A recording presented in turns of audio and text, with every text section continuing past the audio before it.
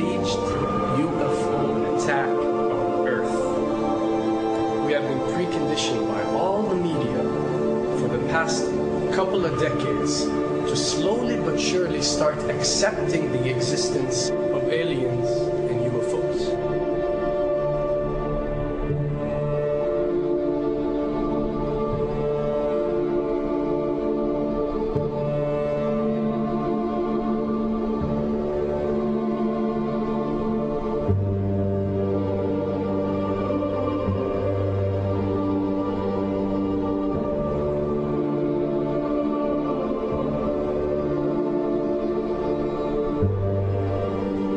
I can tell you right now that 99% of every UFO sighting that has ever taken place has actually not been an unidentified flying object, because this has always been military technologies.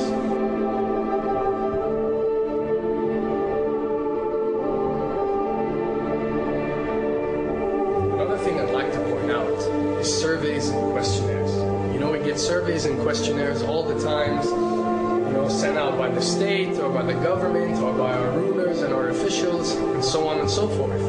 Do you really think that these ruling powers care about what you think? Do you really think that they're waiting to ask you and receive your answer before making a decision?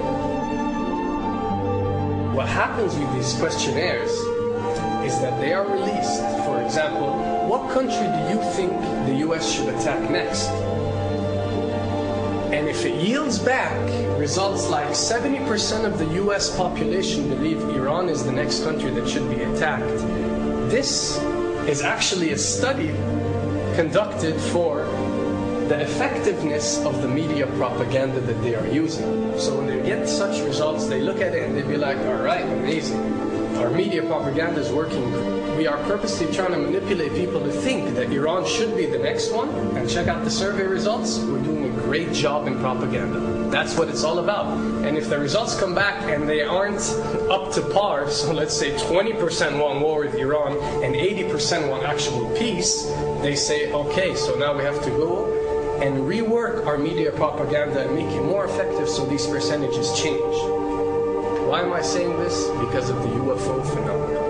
Since the 60s, the amount of people who believe in extraterrestrials have skyrocketed, and are only increasing day by day in our modern world. This only confirms the success and the plans that are taking place to first manipulate you to believe in UFOs, and second, to conduct a UFO attack that is going to force the whole world to unite to fight off this enemy and accept the New World Order.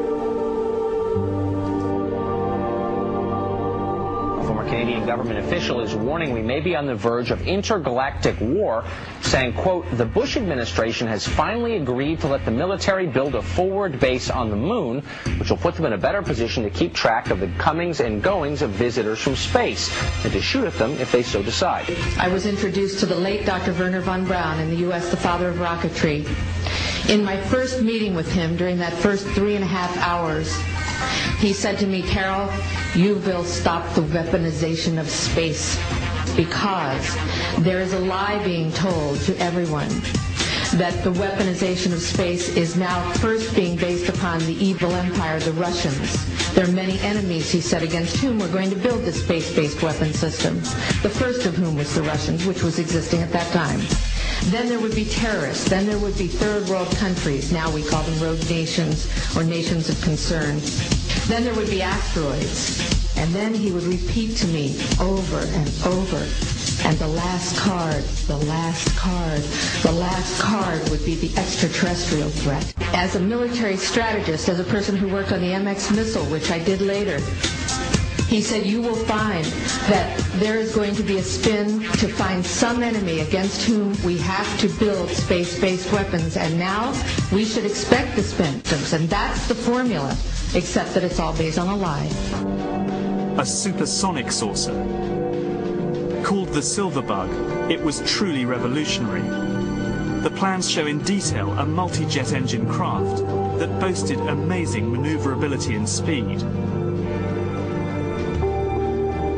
It's an intriguing thought that this concept may tie in with the work of the German scientists who brought saucer technology to the US at the close of the Second World War. What was needed were certain cover stories. What do you do when people are spotting aircraft and then telling reporters that they've seen something very unusual flying out of an airbase in Nevada? And frankly, this was the origin of a lot of the sightings that took place in the mid-50s, 1954, 55, 56, of unidentified flying objects, the UFOs. So the CIA was involved in encouraging people to believe that, yes, they saw UFOs, and the CIA and the military tried to be very helpful to reporters to get these stories out, to divert the attention of the country, and particularly the people in this region, about what they had actually seen. Mexican Air Force pilots capturing on videotape what are said to be 11, count them, 11 UFOs. The Mexican Air Force has released a video that some of you are going to find difficult to believe. A journalist says it shows images of UFOs tracking a Mexican military plane. So what's the truth about UFOs? The story of successive attempts to develop radically new forms of flight, conducted under the strictest secrecy, is inextricably bound up with our relationship with UFOs over the last 60 years. Whether it's Allied pilots buzzed by strange balls of fire in 1942 or the Roswell incident 5 years later, there is a strong case to be made that secret military technology offers a convincing explanation for many UFO stories. Anytime the government has secrets that they can keep from us, they can manipulate us by those secrets. In essence, they still remain 25 years at least ahead of us in technology, information, and knowledge and secrets, and they are using them against us. I heard over the years many times over that the plan to usher in the New World Order would be to make all the people in this country and around the world feel totally helpless to prevent the New World Order from occurring, this world dominance plan, by saying that we had been invaded by aliens, so that we would say, oh, please, UN, come in and help us all. So bear in mind that there is a planned orchestration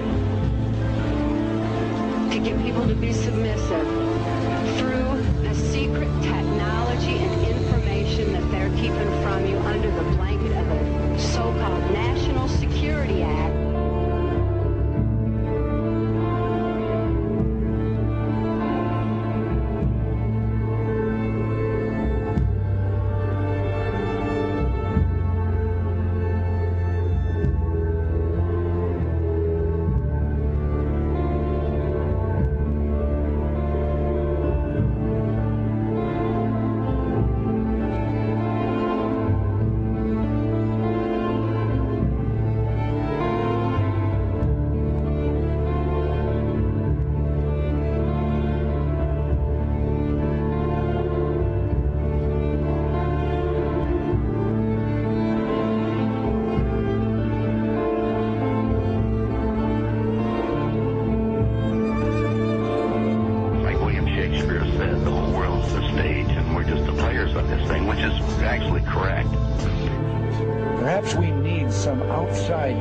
Threat to make us recognize this common bound. I occasionally think how quickly our differences worldwide would vanish if we were facing an alien threat from outside this world.